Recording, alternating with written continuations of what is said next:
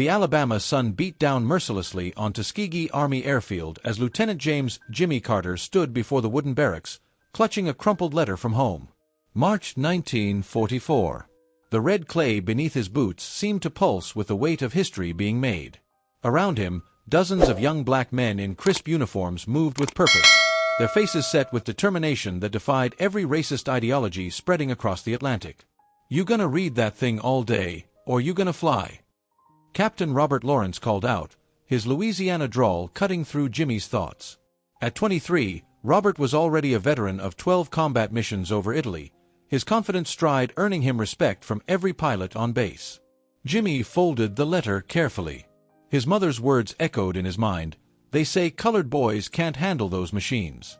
Prove them wrong, baby." The letter had traveled from Detroit, where his father worked double shifts at the Ford plant, saving every penny to see his son become what America said was impossible. "I'm ready, sir," Jimmy replied, squaring his shoulders. The briefing room awaited, where maps of European skies promised both glory and death in equal measure. The briefing room smelled of coffee, sweat, and aviation fuel. Major Benjamin Davis, Jr., the squadron's commanding officer, stood before a large map of Italy, his pointer tapping against the coastal city of Anzio. His pressed uniform bore no wrinkles, his posture no doubt. At 29, he carried the weight of an entire race's aspirations on his shoulders. "Gentlemen, tomorrow we escort B-17 bombers over German positions," Davis announced, his voice steady and clear. "The enemy believes we're inferior. Our mission is simple: protect every bomber. Not one gets shot down on our watch." Jimmy sat between Robert and Charles "Chuck" Williams, a mathematics prodigy from Philadelphia who calculated fuel consumption and wind speeds faster than most men could read. Chuck nervously tapped his pencil against his notepad, a habit that emerged before every mission. "You scared?" Jimmy whispered. "Terrified," Chuck admitted, his brown eyes never leaving the map. "But I'm more scared of proving Hitler right." Robert leaned back, his scarred hands, burned during a training accident, folded across his chest. "Fear keeps you sharp. Arrogance gets you killed." Outside, the March wind howled, rattling the windows. Dawn broke cold and clear over Tuskegee. Jimmy's P-51 Mustang, tail painted distinctive red, sat waiting on the tarmac like a coiled predator. The ground crew, all black men denied pilot training but equally essential, had worked through the night ensuring every rivet, every wire, every gauge was perfect. "She'll treat you right if you treat her right," Sergeant Moses Jenkins said, patting the aircraft's fuselage. Moses had been a mechanic for 15 years, training white pilots who often refused to shake his hand. Jimmy climbed into the cockpit, the leather seat still cold. Around him, 23 other red-tailed fighters roared to life. The radio crackled, "Red Tail Squadron, you are cleared for takeoff." The Mustang's engine vibrated through Jimmy's entire body as he pushed the throttle forward. The Alabama countryside blurred beneath him, then fell away entirely as he climbed toward the clouds. Formation flying required absolute precision. One mistake could doom the entire squadron. "Tighten up, Red 3, Robert's voice commanded through the radio. 4 hours later, they crossed into Italian airspace. Below, the Mediterranean sparkled deceptively peaceful. Then the radio exploded with chatter. "Bandits, 11 o'clock high." German Messerschmitts dove from the sun, their cannons blazing. The sky transformed into chaos. Tracer rounds carved burning paths through the air as Jimmy's Mustang banked hard right, G-forces pressing him deep into his seat. His heart hammered against his ribs, but his hands remained steady on the controls. Countless training hours had prepared him for this moment. "Stay with your wingman." Davis's voice cut through the radio static. A Messerschmitt filled Jimmy's gun sight, the black cross on its fuselage growing larger. He squeezed the trigger. The .50 caliber machine guns roared, shells streaming forward. The German fighter's engine erupted in flames and smoke, spiraling toward the Italian countryside below. "Scratch one!" Robert whooped over the radio. But celebration was premature. Chuck's panicked voice broke through. "I've got 2 on my tail. I can't shake them." Jimmy's training instructor's words echoed, "A wingman never abandons his brother." He pushed the throttle to maximum, his Mustang screaming through the air. The 2 Messerschmitts pursuing Chuck hadn't seen him coming. The first German never knew what hit him. Jimmy's burst caught him perfectly, the fighter disintegrating in mid-air. The second pilot, more experienced, broke away and fled toward German lines. Chuck's grateful voice crackled. "Thanks, Jimmy. I owe you one." Below, the B-17 bombers they'd been assigned to protect continued unmolested toward their target. The squadron returned to Tuskegee as heroes, but victory tasted bittersweet. 3 planes were missing. Lieutenant Marcus Thompson from Chicago never made it home. His Mustang had taken German fire over Anzio. He was 20 years old, engaged to be married, with a baby daughter he'd never met. Jimmy sat alone in the barracks that night, Thompson's empty bunk a silent accusation. The celebration outside seemed obscene. Robert found him there, 2 cups of coffee in hand, and sat down without speaking. The silence between them held more weight than words could carry. "Marcus saved my life once during training," Jimmy finally said. "I stalled during a landing approach. He talked me through it over the radio, step by step." "He was a good man," Robert replied, his voice rough. "But this is war. Good men die. Our job is making sure they don't die for nothing." Through the window, Jimmy could see the mechanics already working on damaged aircraft under floodlights. Sergeant Jenkins moved between planes, his weathered hands checking every detail. These men believed in the mission, believed their work mattered. "The newspapers back home are calling us heroes," Robert continued. "White papers. That's never happened before. Change was coming, paid for in blood and courage." May 1944. The Red Tail Squadron's reputation spread throughout the Allied forces. White bomber crews, initially skeptical of black escorts, now specifically requested them. The statistics were undeniable. Bombers protected by the Tuskegee Airmen had the lowest loss rates in the entire theater. Jimmy received a letter from his father. The Ford plant had posted their mission reports on the factory floor.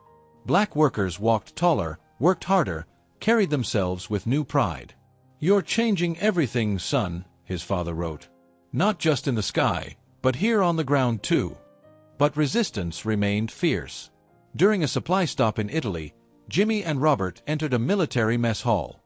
White officers fell silent, their expressions ranging from surprise to hostility. A colonel from Texas stood up, blocking their path.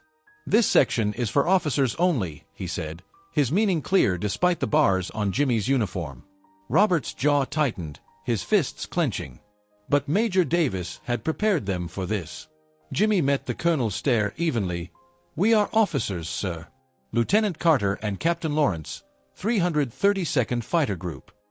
The standoff lasted an eternity. Then a white bomber pilot stood, recognition dawning on his face. "These men saved my entire squadron over Anzio. They eat wherever they damn well please." June brought news of the D-Day invasion in Normandy. The war's momentum was shifting, but the fighting intensified. The Red Tail Squadron received their most dangerous assignment yet: escort B-17s on a bombing raid deep into Germany, to Berlin itself. The mission would push their Mustangs to maximum range, barely enough fuel to return. Chuck ran the calculations 3 times, his pencil wearing down to a nub. "If we encounter headwinds, if we have to engage in extended combat, we won't make it back," he concluded, his voice tight with worry. "Then we don't engage unless absolutely necessary," Davis decided. "Our mission is protecting those bombers, not racking up kills." The night before the mission, Jimmy couldn't sleep. He walked the airfield, his breath forming clouds in the cool air. Robert found him near the planes, both men drawn to the same restless energy. "My daughter was born yesterday," Robert said quietly, pulling out a telegram. 8 pounds, 6 ounces. "My wife named her Hope." "That's a good name," Jimmy replied. "I'm terrified I won't meet her," Robert admitted. "But I'm more terrified of the world she'll grow up in if we fail here. If we prove Hitler right." The stars wheeled overhead, indifferent to human struggles, as 2 pilots contemplated mortality and meaning. The flight to Berlin took 5 hours. Jimmy's Mustang cut through the stratosphere at 28,000 feet, where the air was so thin and cold that ice formed on his canopy. Below, the patchwork of European countryside gave way to the industrial sprawl of Nazi Germany. Smoke from factories darkened the horizon like a spreading plague. Enemy fighters, 12 o'clock level. The warning crackled through the radio. A squadron of German Focke-Wulf 190s intercepted them 50 miles from Berlin. The Luftwaffe pilots were experienced, desperate, and fighting over their own homeland. The air filled with contrails and tracer fire as both sides engaged in a deadly aerial ballet. Jimmy spotted a Focke-Wulf diving toward a damaged B-17 struggling to maintain formation, its number 2 engine streaming black smoke. The bomber's crew was visible through shattered windows, faces pale with fear. Without hesitation, Jimmy dove after the German fighter, his Mustang's engine screaming. The Focke-Wulf pilot was skilled, twisting and rolling, trying to shake Jimmy's pursuit. But countless hours of training paid off. Jimmy anticipated each maneuver, staying locked on target. Finally, his guns found their mark. The German fighter broke apart, spiraling earthward. "Thanks for the save, Red Leader," the bomber pilot's grateful voice came through. "All in a day's work," Jimmy replied, his hands trembling slightly on the controls. August 1944. The Red Tail Squadron returned to Tuskegee after 18 months of combat. They'd flown over 15,000 sorties, destroyed over 100 enemy aircraft, and never lost a bomber under their direct escort. The statistics spoke louder than any racist propaganda ever could. But Jimmy barely recognized the young man who'd first arrived at the base. He'd aged years and months, seen friends die, killed men he'd never met. His hands still trembled sometimes, ghosts of dogfights replaying in his mind. The base threw a celebration. Reporters from major newspapers attended, white newspapers that had previously ignored or dismissed black achievements. Photographers captured images of pilots standing proud before their red-tailed fighters, images that would travel across America and challenge decades of prejudice. Jimmy's parents made the journey from Detroit. His father, graying and worn from factory work, embraced him with tears streaming down his weathered face. "The whole neighborhood watched your newsreels at the theater," he said. "You should have seen it, son. Black folks cheering, some crying. You changed how they see themselves." His mother held his face in her calloused hands. "I see shadows in your eyes, baby. War does that. But you're home now. You're home." That night, Robert introduced Jimmy to baby Hope via photograph. The infant's tiny face, unaware of the battles fought for her future, represented everything they'd struggled for. The war ended in 1945, but the battle for equality continued. The Tuskegee Airmen returned home to a country still divided, still unwilling to fully acknowledge their humanity despite their heroism.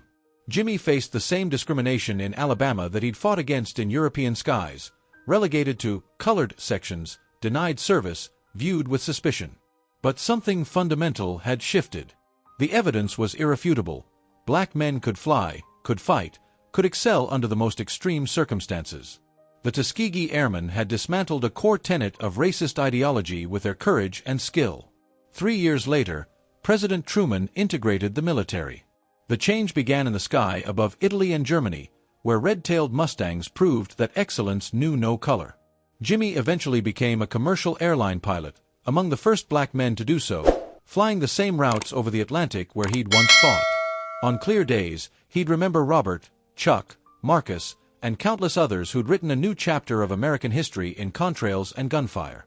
He kept his battered flight helmet on a shelf, a reminder of when the world said something was impossible and young black men proved otherwise. They hadn't just dominated the skies, they'd changed the future. Their legacy wasn't just military victory, it was the hope they gave millions that barriers were meant to be broken, that dignity was worth fighting for, and that courage could reshape reality itself.